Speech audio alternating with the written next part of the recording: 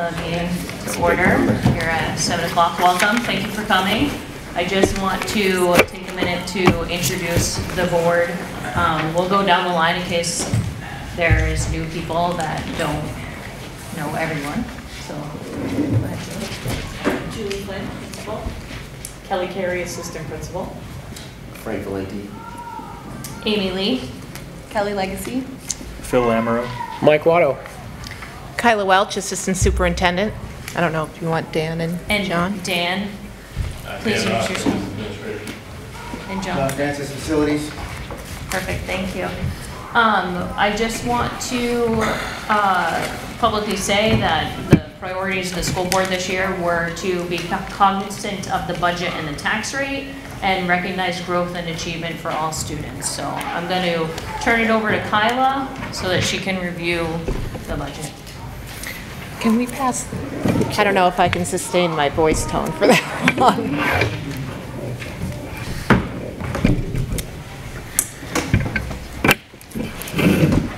And Amy, just a clarification, you're looking for questions at the end of me reading through the budget, correct? Correct, yes. Let me just first start by saying welcome, and then there are a ton of handouts over there that I wanted to review with you first. One of the blue handouts is the history of Plymouth enrollment. Again, that's here at Plymouth Elementary. The other piece is the warrant article explanations, which is in a peach or tan handout. If you could strike Article 7, that's just carried over from last year. That is a typo, so that is not one of the warrant articles, so I apologize for that piece. On a yellow handout here is the breakout of the SAU allocations for all of the districts, so it shows the formula that you pay into the SAU and the Plymouth Elementary portion of that as well. On the goldenrod handout is the special education history. Another mint green handout is your assessment history. What's helpful here is a pink handout that looks at your tax rate impact per warrant article. So it's in order with that. There is another green handout that reviews just the highlights of some of the significant increases or decreases in the budget. A pink handout with the pie graph of just the breakout per function. We do have a new position at the SAU office, so you'll see an increase there. So sometimes what's helpful is the role of the SAU and the 9 districts that we supervise. So that is there for your reading pleasure. And what I'll be reviewing right now is the functions in the operating budget. So I'll tell you what page I'm on as we flip through. And then after we're done with that, I will review the voted on warrant articles by the school board. So I'm going to start with the operating budget. Can I interject? Yeah. If you're following along on the pink sheet, the operating budget actually shows up as Article 7 on the tan, and the financial impact is the bottom line on the pink sheet for the operating budget. That's what we're doing first, so we're kind of going backwards, but this is the big one. The operating budget. Yes. Yep. All right, starting off with page number 1, the 1100 account, which is most of your budget, which is the regular ed budget, includes all of the regular ed teachers. So I'm going to jump down to line 19, and far over to the right, you'll see that this function is up $81,331. Basically, this is due to a new math curriculum that will be implemented for the next school year for kindergarten through grade 8. So that is a significant increase as far as that piece, and it is cycled after 6 years. Also in that line is included is the student information system or some of your digital platforms that are used within the building. It's part of your technology plan. Sometimes that's voted on within a warrant article. The tech plan is now in the operating budget, so you'll see some other pieces increase as well, but that includes your student information system in there.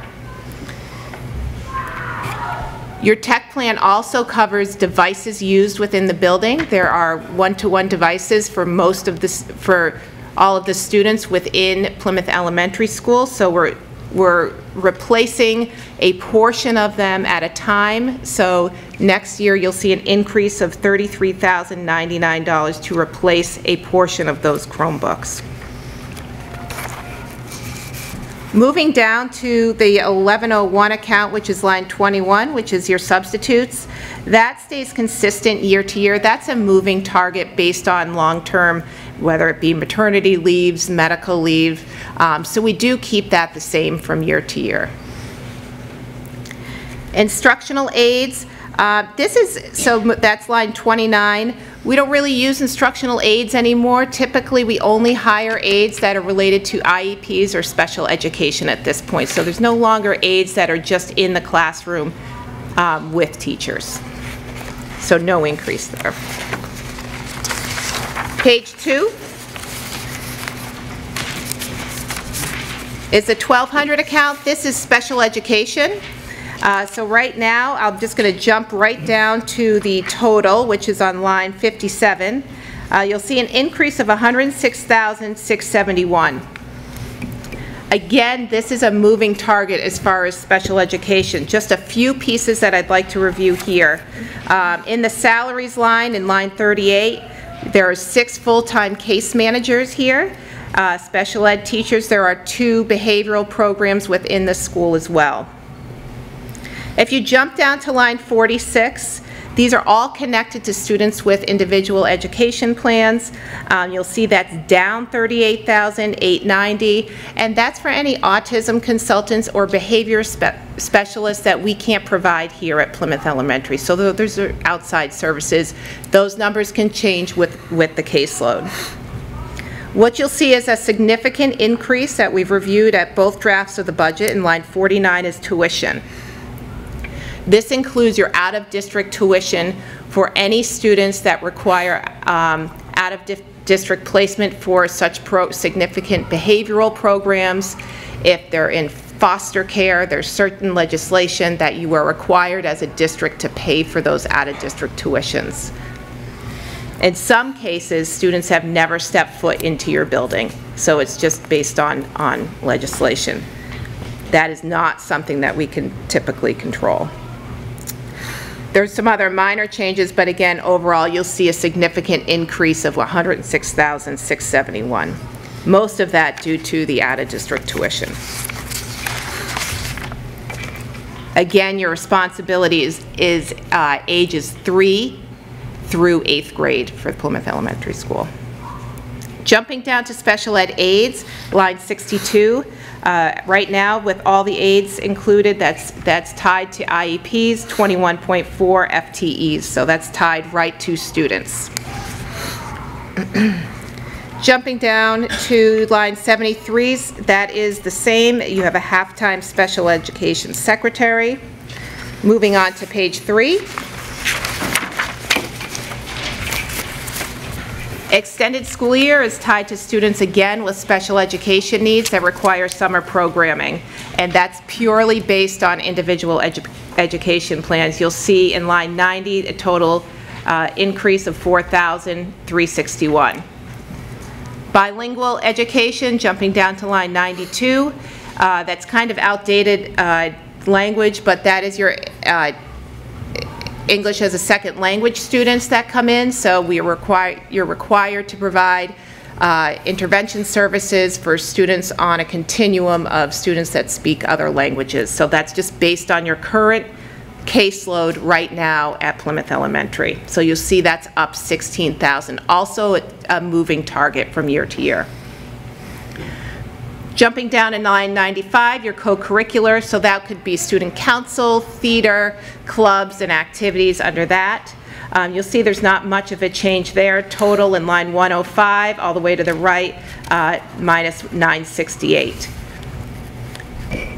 Line 106, school-sponsored athletics. Pretty much this category stays the same. We did add a cycle of uniforms in there for $3,000. Some of the uniforms are in pretty rugged shape, so the board is proposing a cycle of uniforms to be replaced on a regular schedule, so that's increased a bit. Regular education summer school does not exist anymore, so you see in line 20 there's just $1 just in case, but that does not exist. After school program a couple years ago was voted in as a warrant article, so it's the portion that the school pays to the Plymouth Parks and Rec to run the after school program, so that's $30,000, so now that's in the operating budget. Moving on to page 4, which is preschool. So in your salary line you have 1.8 FTEs. And included in that as well is a 1.97 full-time equivalent aide. Basically, there's a handful of part-time aides in there because the 3 to 5-year-olds go to school for only portions of the morning or in the afternoon. So overall, an increase of $17,378. Jumping down to line 139, guidance services. So this is your school counselor. There is one full-time school counselor here at Plymouth Elementary, so that's all of this is tied to the collective bargaining agreement. Appraisal services is at $1, so that's down line 153. Medical services, so this is 156. That includes physicals, and that's contracted through Spear Memorial Hospital for sports clearances. Line 158, school nurse. So we do contract out with Spear Hospital for the school nurse. They provide substitutes as well as professional development, the liability, and the supervision of the school nursing program. So that is one full-time nurse under there. Bouncing to line 166, psychological services. We offer psychological services to students that have, again, individual IEPs. So that is tied to individual students for testing or for counseling services. Moving to page 5. Sorry.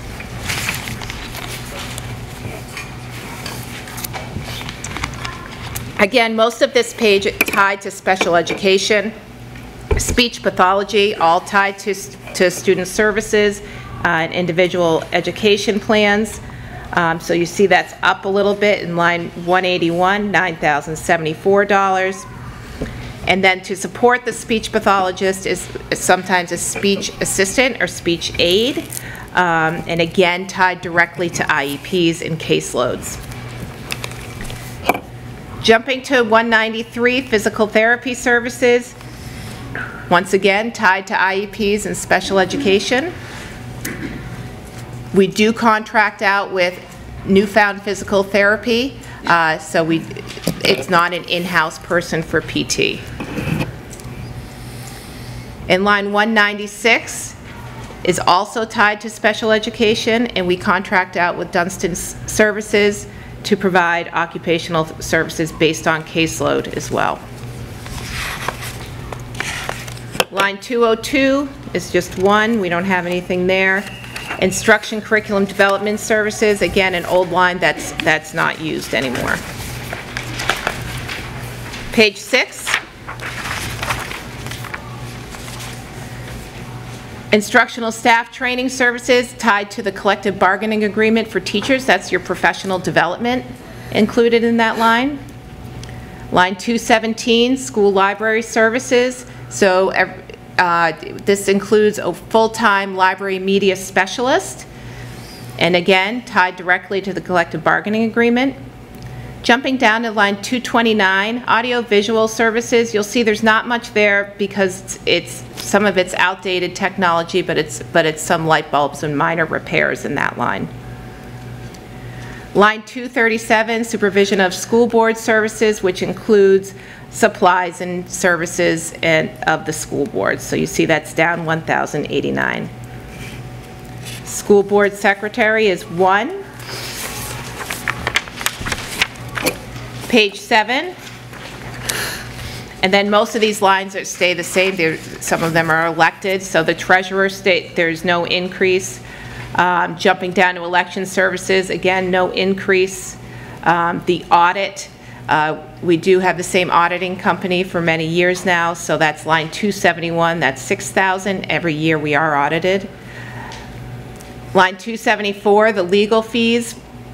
Again, it's a moving target, so we try to keep that pretty stable. Jumping down to 279, other school board services, so that's a contingency fund of $1,000 just in case something comes up that the school board needs to cover. Line 282, Office of the Superintendent, so this is the SAU office. I talked about at the beginning that we are adding a tech director to service all 9 districts, so that's included in the increase in this portion. And if you'd like to see some of the responsibilities on the back page of the summary of services as far as what that person will be doing for the SAU. Due to the size of this school, you have your own technology coordinator that manages the services within the building here. That's been in place for a few years at this point. Page 8, principal's office. So I'm going to jump down to the total is an increase of $6,802, and basically it is some of the salaries in there. You have 2 full-time administrators here, a principal and an assistant principal. Moving to line 316, secretarial services, that includes 2.5 full-time equivalents. Jumping to line 326, financial accounting is at 1. And then line 329 is the operating building services. John, feel free to jump in if I'm missing anything. Right now there are 4.0 custodial staff within the building, some part-time, some full. Jumping to page 9. I just want to bring your attention to line 354 and 355. Again, this is a replacement of equipment. This has been in the capital improvement plan for a few years at this point. Ride-on floor cleaner and 2-way communication radios, and that's an increase of $17,999. If you jump to the next line, we talked about the technology infrastructure earlier in the budget, as well as replacement of devices. Again, these have been moved into the operating budget. That includes the sonic wall and the replacement of servers. Overall, the majority of that increase is included in the bottom line there at $46,320. Line 359, care and upkeep of grounds and services. The 2 increases there, again, tied directly to the capital improvement plan, is in line 450, building improvement, and it's the dugout roof that's out back here that has been on there for a while, that needs to be replaced, as well as wood chips for the playground. So that's an increase of $2,500. An overall increase on that function is $11,152. We do not need piano tuning next year. Line 371. Jumping to line 374, student transportation. We do contract out with Durham School Services. We do not have our own busing service. So right now, your regular transportation, taking kids to and from school, is an increase of $4,041, and that's a multi-year contract. Then there is legislation, there is law around special ed transportation, as well as students that are homeless. So that is included in there. That's a moving target as well for Plymouth Elementary. So that And it can also include the charter school if it's included in a student's IEP. So this includes not only special ed, but some of the homeless transportation, as well as charter school obligation within the district. Athletics is to get to and from games, and field trips, which is stayed the same. So an increase of $34,834. The majority of that with the increase of the students under the special ed piece that need transportation. Jumping to 382, last year you voted on a warrant article to pass a school resource officer. This is the portion now within the regular operating budget that is moved into there of $30,408 to the Plymouth Police Department. So we have a school resource officer for the campus at Plymouth Elementary. You're shared with the high school as well.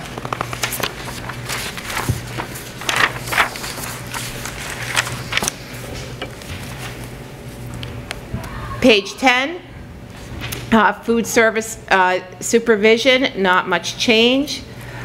Jumping down to line 4600 is building improvement services. So that's at one. Typically, some of those bigger projects are voted on in warrant articles and then put in there after they're completed. So you'll see that's down $183,000. Health insurance is lumped there towards the bottom, up $94,452. That can just be a change in plans or staffing within the district. Again, connected to the collective bargaining agreement, same with health insurance. And Dan, that is at, what's the GMR is 6.9%. The GMR is 6.9% for this year. So overall, you'll see your appropriations is up $330,632, and I think I pointed out the big increase is really being around out-of-district tuition and some of the special ed obligations as well. Moving towards revenue, so skipping the next page, and that last page is just a summary of the functions, so I won't review that.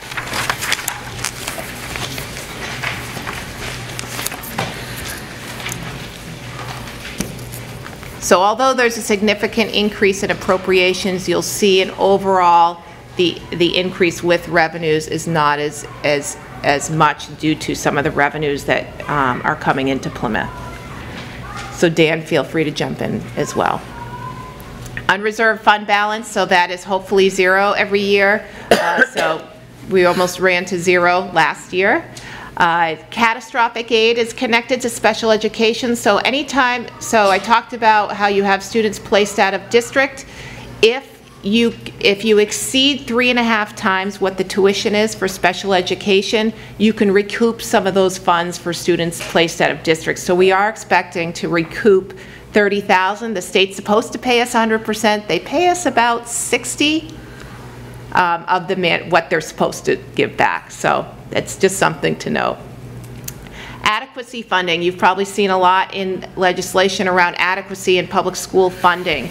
You have increased adequacy for this coming year only. After this, it goes back to the original funding where we'll lose adequacy every year. So you'll see in the bottom line the increase isn't as much because you did get a bump for this budget cycle.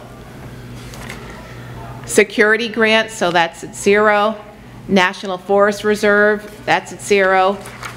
Medicaid is a program, again, for special ed students, so students that are Medicaid eligible, and this is also going through some changes, so we might see a change in this piece. But students that are Medicaid eligible, we can recoup for speech services, physical therapy services, sometimes a rehabilitative assistant, which is a special ed aid as well, so that can be a revenue stream for Plymouth Elementary. Jumping down to regular ed tuition. So these are any students that are out of districts that are paying to come to Plymouth Elementary, so parents paying for folks to come, for their kids to come here. So $68,000. Special ed tuition, so like I said earlier, you have 2 behavioral programs, so other districts pay for their special ed students to come to Plymouth Elementary to take part in some of the behavioral programs, so that's the expected revenue of $100,000. Preschool assist. So this is any funding coming in for special ed from out of district, coming into the Plymouth Elementary School. And then IDEA funding is a national grant that is a special ed grant that also comes into Plymouth Elementary School. Your allocation is $180,000. Earnings on investment is 1. PEP tuition is Plymouth Elementary Preschool. So these are your preschool students coming in from other towns. So that's what they're paying to come in. It's $25,000 is the projected revenue. Title II reimbursement and Title I reimbursement. So we're expected to get $1 for a Title II reimbursement, which is a federal grant. Title I expected allocation at $118,132. Food service revenue, so any funds collected from lunches, about $150,000. So jumping down to your district assessment, you'll see that you're up in revenues from last year to $5,511,806. Change in district assessment dollar amount is $105,665. So even though your appropriations are up $330,000, the overall increase is from last year's budget is 1.95%. And then dollar change in net assessed valuation per thousand is 22 cents. And then there's your net assessed valuation on the bottom. So there's the budget. Did you want to do any questions on that? Yeah, we can take questions now. Do you want them to use How the much mic? of this budget is all for special needs kids? So, If you were to break all this stuff up, Yep. put it in one big pile, how much is for the normal students, and how much is for the special ed students? so I did a graph for you real quick to just break everything out. And basically, if you take these, so if you look at the graph piece, under special ed is 23% is special ed, but then you can add in a couple of the other pieces like speech, OT, PT, which is another 5, and then additional 2. So overall about 30%. One other question. Homeless. Yes. How many of these children have come here with homeless? So you have a homeless shelter in town. Oh, I know. And then you have other, so if a student, I'll just give an example, say they live in Laconia and they move to Plymouth and want to continue, the law says that the child can go to their original school still in Laconia. So even though the child never steps foot in our school system, we're splitting tuition with the Laconia district, just not tuition, transportation with the Laconia district. So any student so there's a lot of moving in and moving out. And I think it's an increase just in our whole region with kids that don't have stable housing. So that is a significant increase. That doesn't give me a number. No, the number is in, Is it more if it's indigenous, you don't know? yeah, I don't know. Changes. Nope.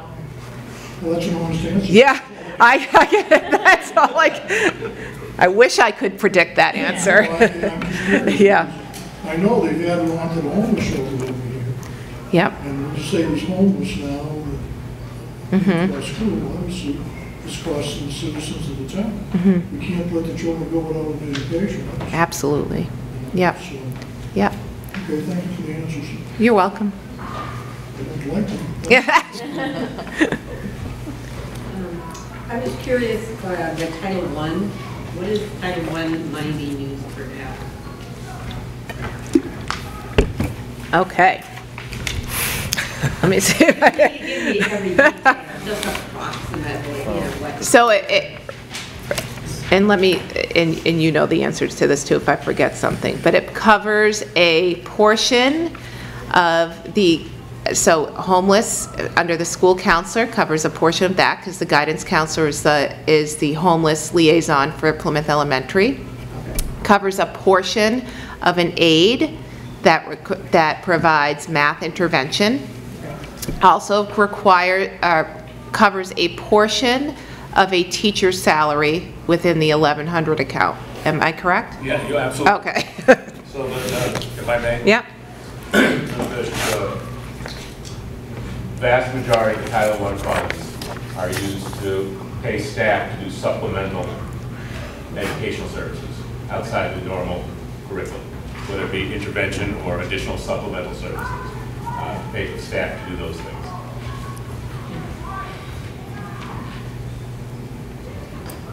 Amy? Meredith? Will the math aid be included in the Title I budget next year? The math aid in the middle school will be included in the Title I budget next year? The Title I grant has not been written for next year, but it's definitely something we can consider.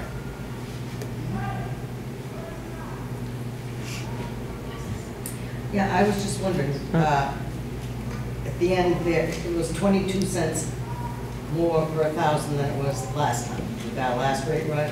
Is that? That's correct. That's the estimation. Okay, so what was the last rate? I mean, because they combine them on your bill between the high school and the Yeah. elementary, and I was trying to find out trying to separate them. I'll have Dan answer that question for So, you. for the 2019 tax rate for the town of Plymouth, $11.25 per thousand was for the school district, K through 8 here. Right. $4.56 per thousand was town of Plymouth's portion of the high school. Okay, did you say for the high school? $4.56. Yep. That was on, and elementary school was $11. So $11.25, correct. So now I'm just adding 22 cents onto that. Correct. $1.83 was for the county, Grafton County, and $10.45 of the rate was for the municipal operation of the county club. And the high school last time was, you said $4.56 per 1,000? I did. Okay, thanks.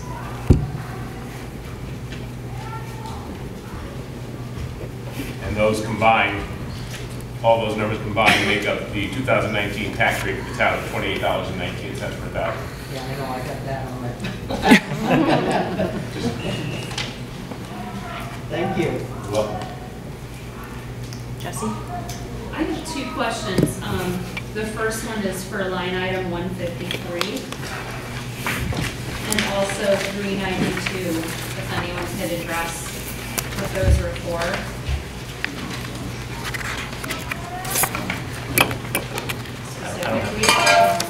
153 is 153 appraisal, is the- dues and fees. Yeah, what is that? that's testing for, that's required testing for students that may have been identified or been recommended to be evaluated for potentially in need of special ed services. Okay. Very familiar with that. The second one was, which was the second line? 392. 92.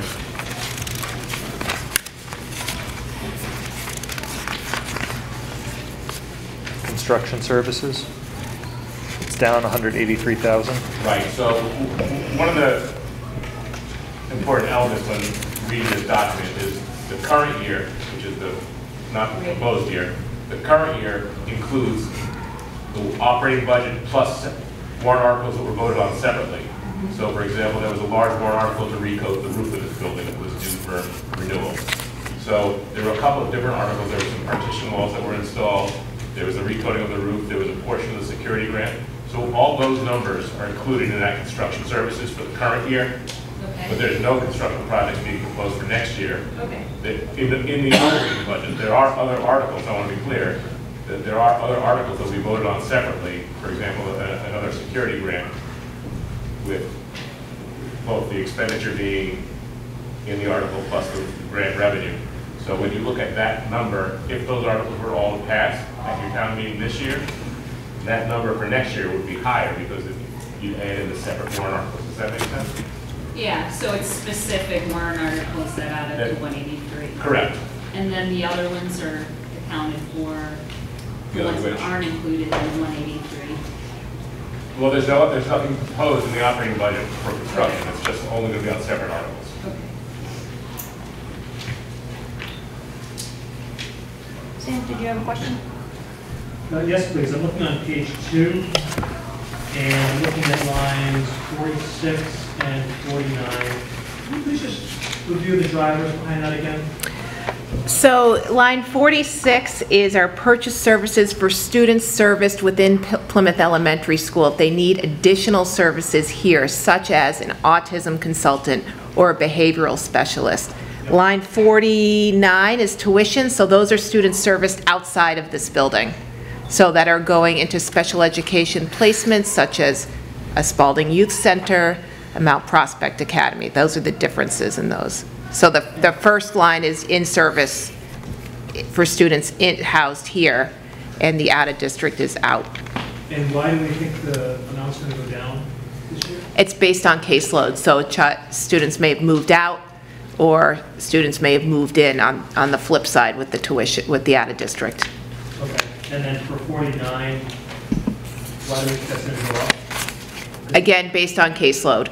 So if a student is hospitalized and move into the district, then we're obligated to pay for the educational services at the hospital. So those are, it's just, that's an example, it's not a specific, but that could be an example of why it increases. Okay? You're welcome. Sir? If the, all of the warrant articles are passed, how much would the budget of the 20%? So you have a pink sheet that I handed out that includes all This the, one. yep, that includes all the warrant articles with the increases right in there. So the total on the bottom, I don't have that sheet from me, I apologize. The bottom right total, If everything passes, it would be $11.68, 16.2 cents. right, so that's 43 cents. With all articles included, it'd be a total of 43 cents above the current year's rate. You're saying another 40, whatever cents on top of the 22 cents? No, the 22 is included in the 43. Okay, good God. Yeah, The 1168 includes the 22s. correct.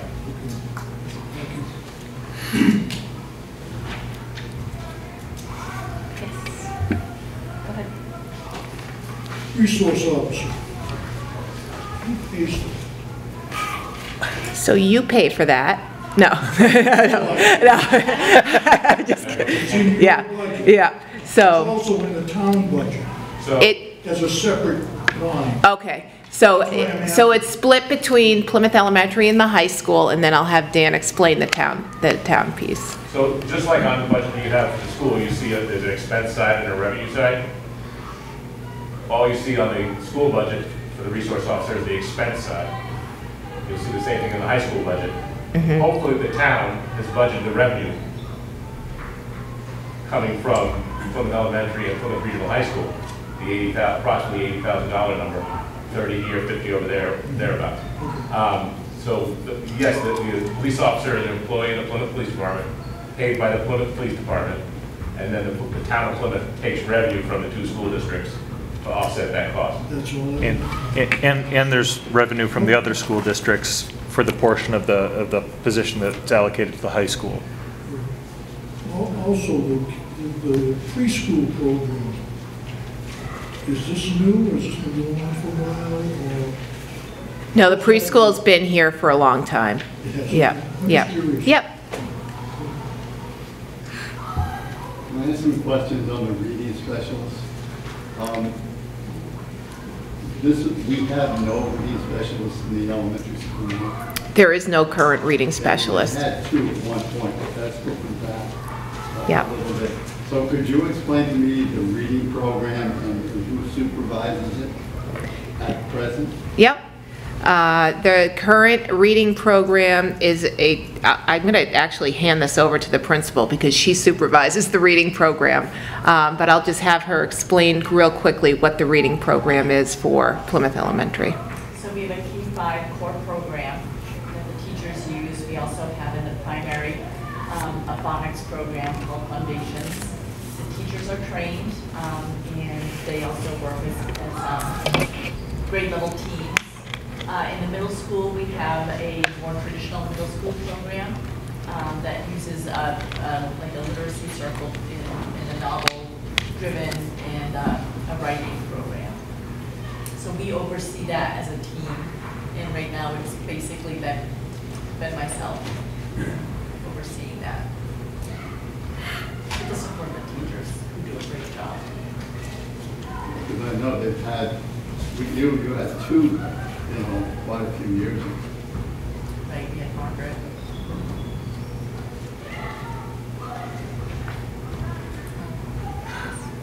We teach civics in the school. Civics. Do you teach civics? Julie? Yes, absolutely. Mr. McDonald's is And our. what does that curriculum consist of? Right now, there's a lot about the election and about government. That's generally, 7th grade is more. 7th and 8th.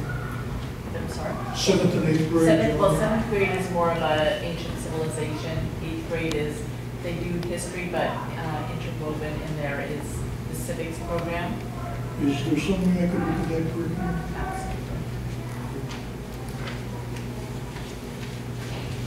Yes. Yeah, I was wondering on the revenue page here, if is it listed with anything that comes from, say the lottery money, and with this new game, they've got the sports betting, and they've been advertising it on TV. It's like they're bringing in really big bucks, and that is supposed to go to education too. Is there anything here that says, yeah, they really did give us some help here from lottery monies? From Keno? Is that what you're? It's supposed to go for education, that's what they say. Dan?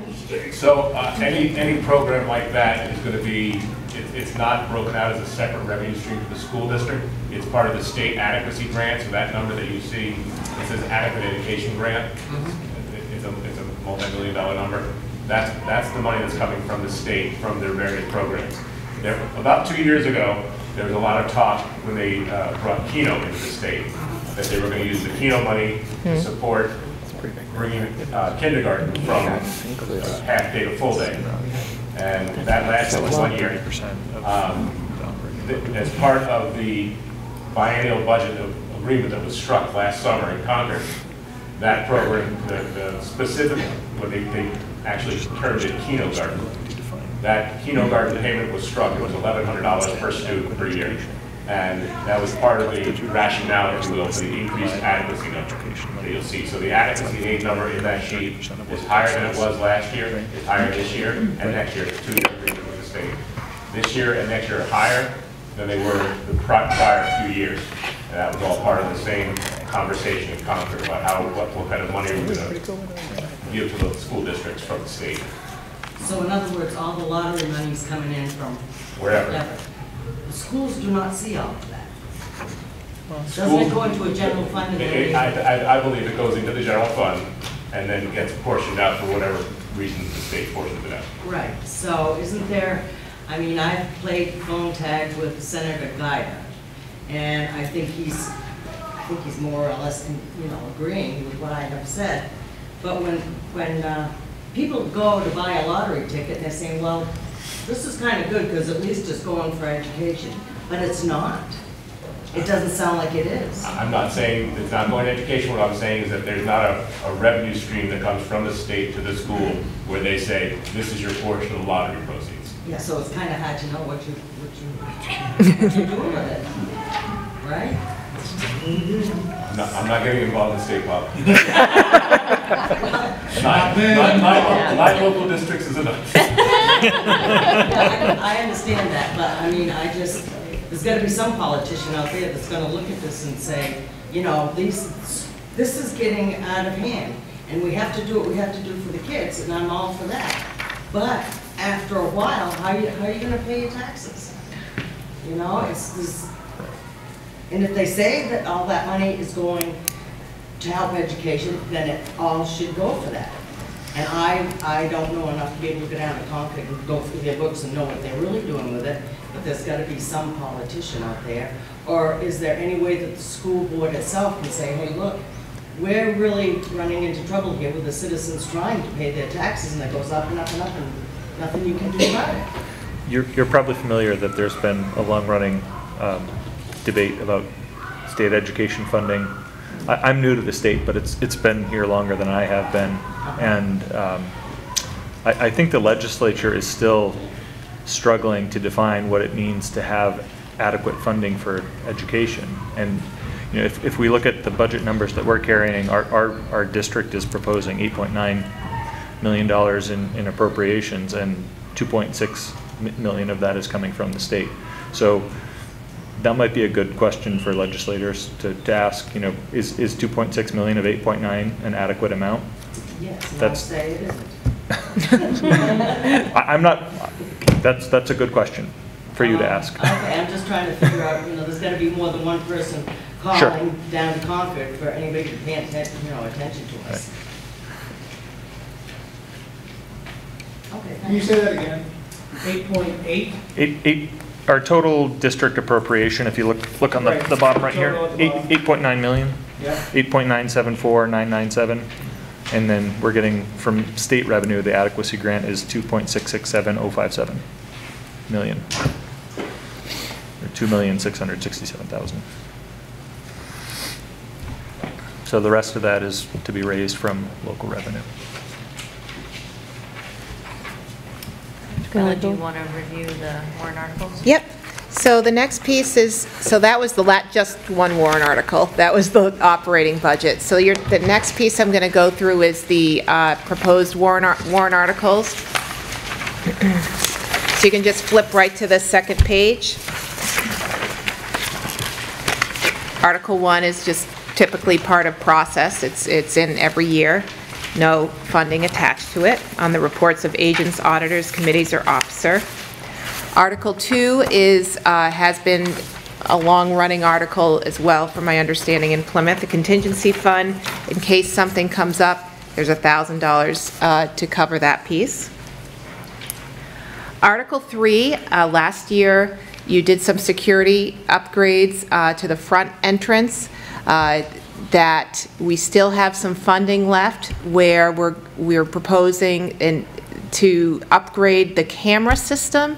Right now our cameras are not working great, and when we have some of our drills or emergencies, they're not synced up to with police to help us through those emergency situations. So what's good is that this grant covers 80% of the cost of Based on current pricing. Now, if pricing for electricity or oil were to go up, those savings would increase.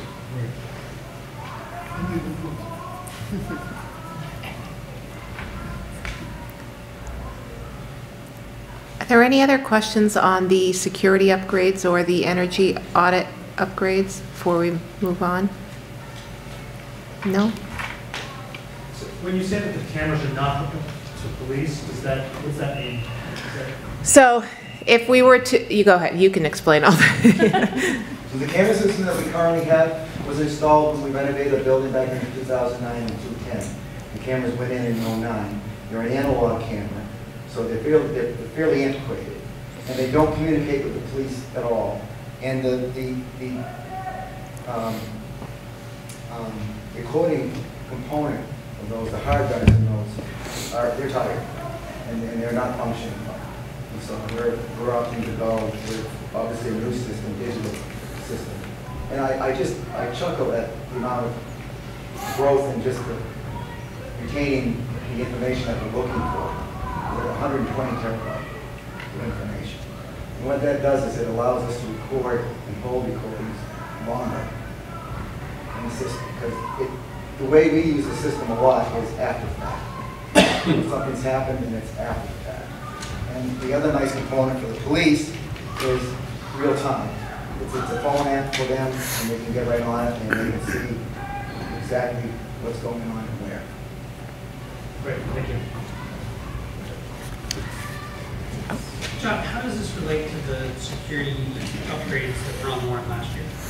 So last year, we worked out front, we did some bulletproof glass, and then we did some communication videos between the front door. As you probably all know, as you enter, it's locked. Can't get in the building at all unless you're talking to the secretary. And then G now has the potential to, I'll call it, buzz you in to the inner section. And then at that point, it's decided whether you even come in further to the building. So it's developed a couple of layers of protection and keeping people outside that really don't need to come inside. So, yeah.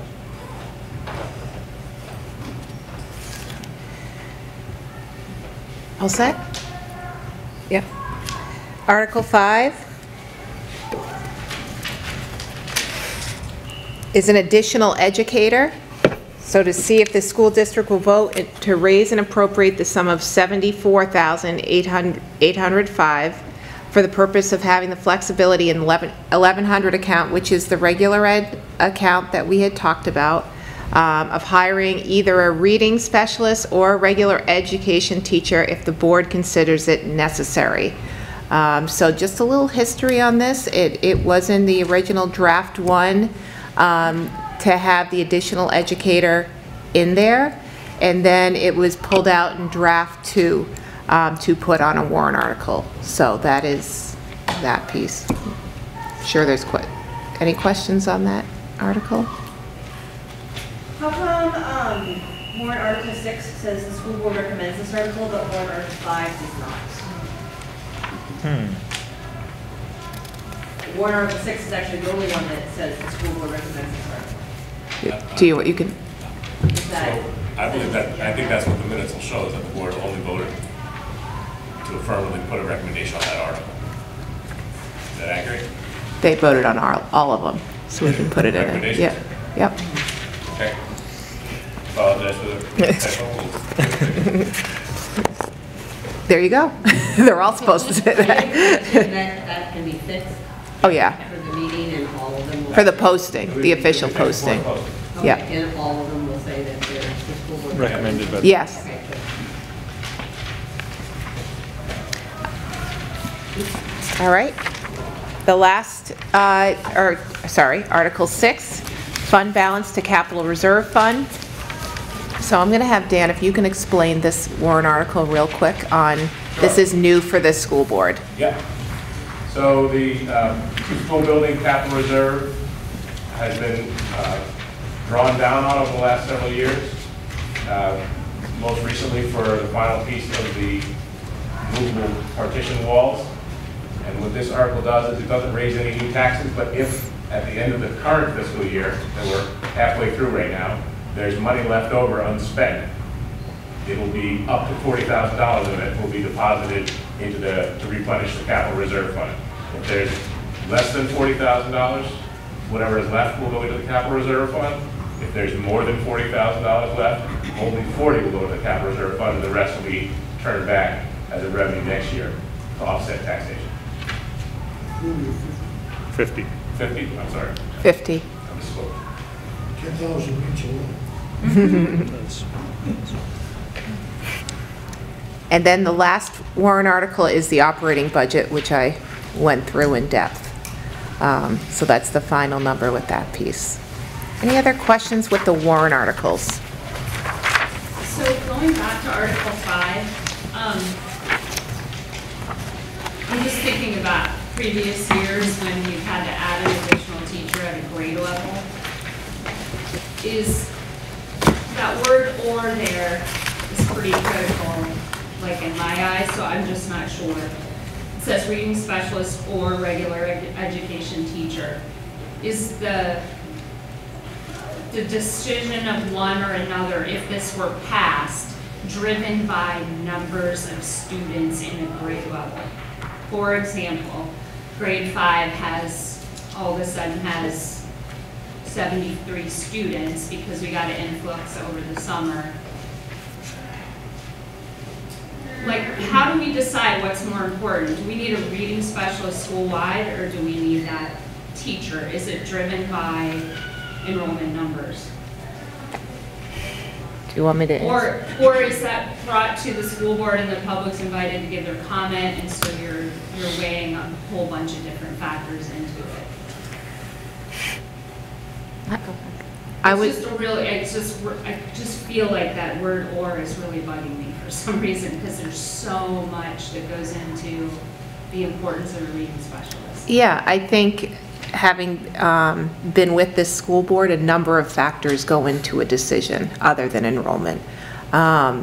It's, I think, a further conversation the board has to have based on enrollment, need, and response from the district meeting as well as far as tax rate. So I think that's considering whether to hire an additional person, one, and where is that, the assignment is the other.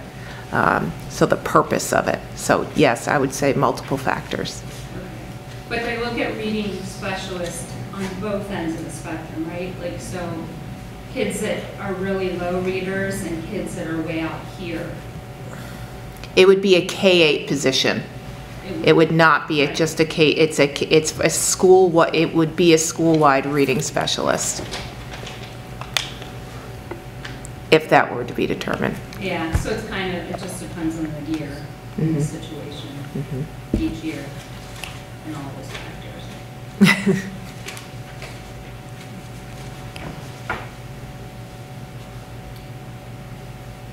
I have a question. Separate the warrant article. Forgive me if I'm missing something, but obviously we've been up the general operating budget. We've been looking at the spreadsheet. I don't expect you to go through the numbers, but the form that I see that's currently posted as well on the SAU website, is this at all applicable? Is this the spreadsheet in a different format? I think SAU 48 Central Office Comparative Budget Analysis? That's the SAU budget, not the Plymouth Elementary Okay, so budget. that's for the, That was already voted on at the SAU meeting. okay. So it's totally separate. Just the portion of the PES budget is in this budget that I went over tonight. So if I had a question about, say, line 1, superintendents and assistants, who would that question be directed to? That would be the SAU board. But you can, I mean, I could probably answer that if you have a question about it. Yeah, and maybe you can't answer it. So it's simply, I'm looking at it, obviously it lists fiscal year 16-17 up through 2021, and it lists the budget and the actual.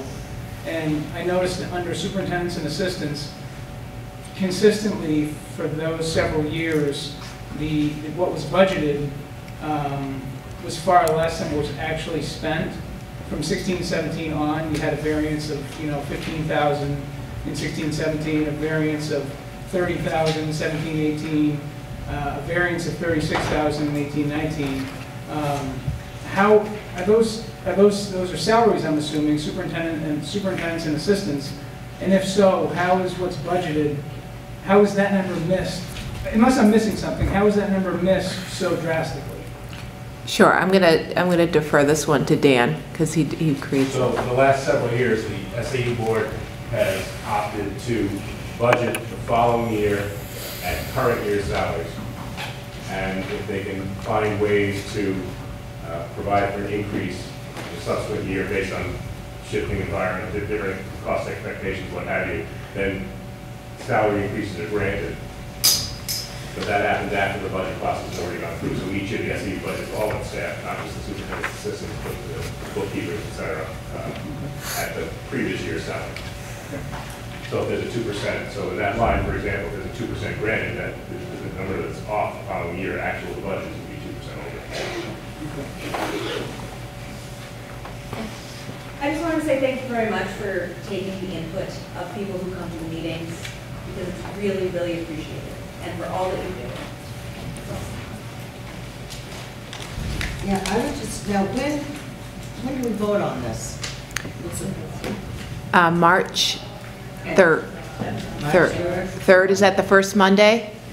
Yeah, it's the first Monday of, And where? right here. Right here. Right at Plymouth Elementary. In the gym. In the gym. May I? Yeah. So ma'am, I've sensed that you're new to the Plymouth area. No, I'm not. Yes. I apologize.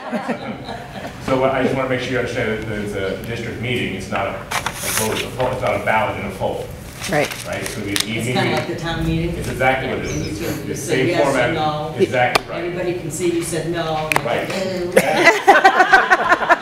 So it's a specific time, it's not like the polls are open all day, you come with the meeting. Okay, what's the time on it then? I believe you're scheduled for 7 p.m.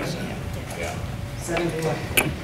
Oh, just 7 in the morning? No, No, no, in the evening. 7 p.m. Yeah. There's no end time, but the past few years, it's been pretty quick.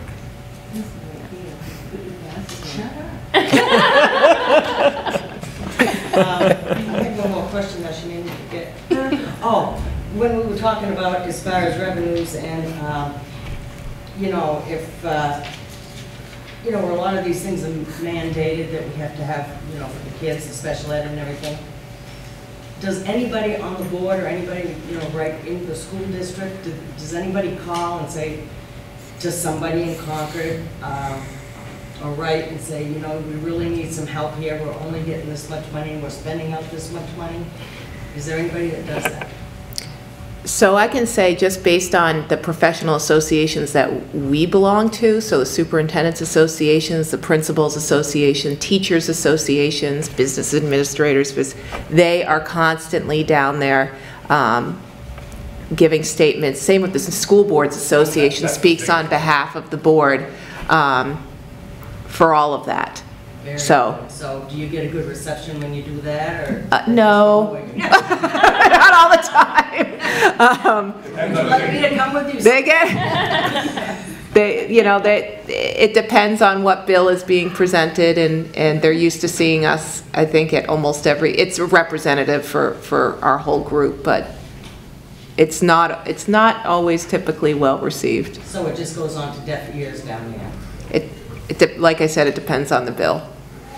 And we have these people that we vote in to represent us. They're not representing us then, are they? I know. They do their best. That's a tough call. I'd love to go down with you sometime. Well, I don't go specifically, but there's somebody that goes for us, so. I would love to join them. Oh.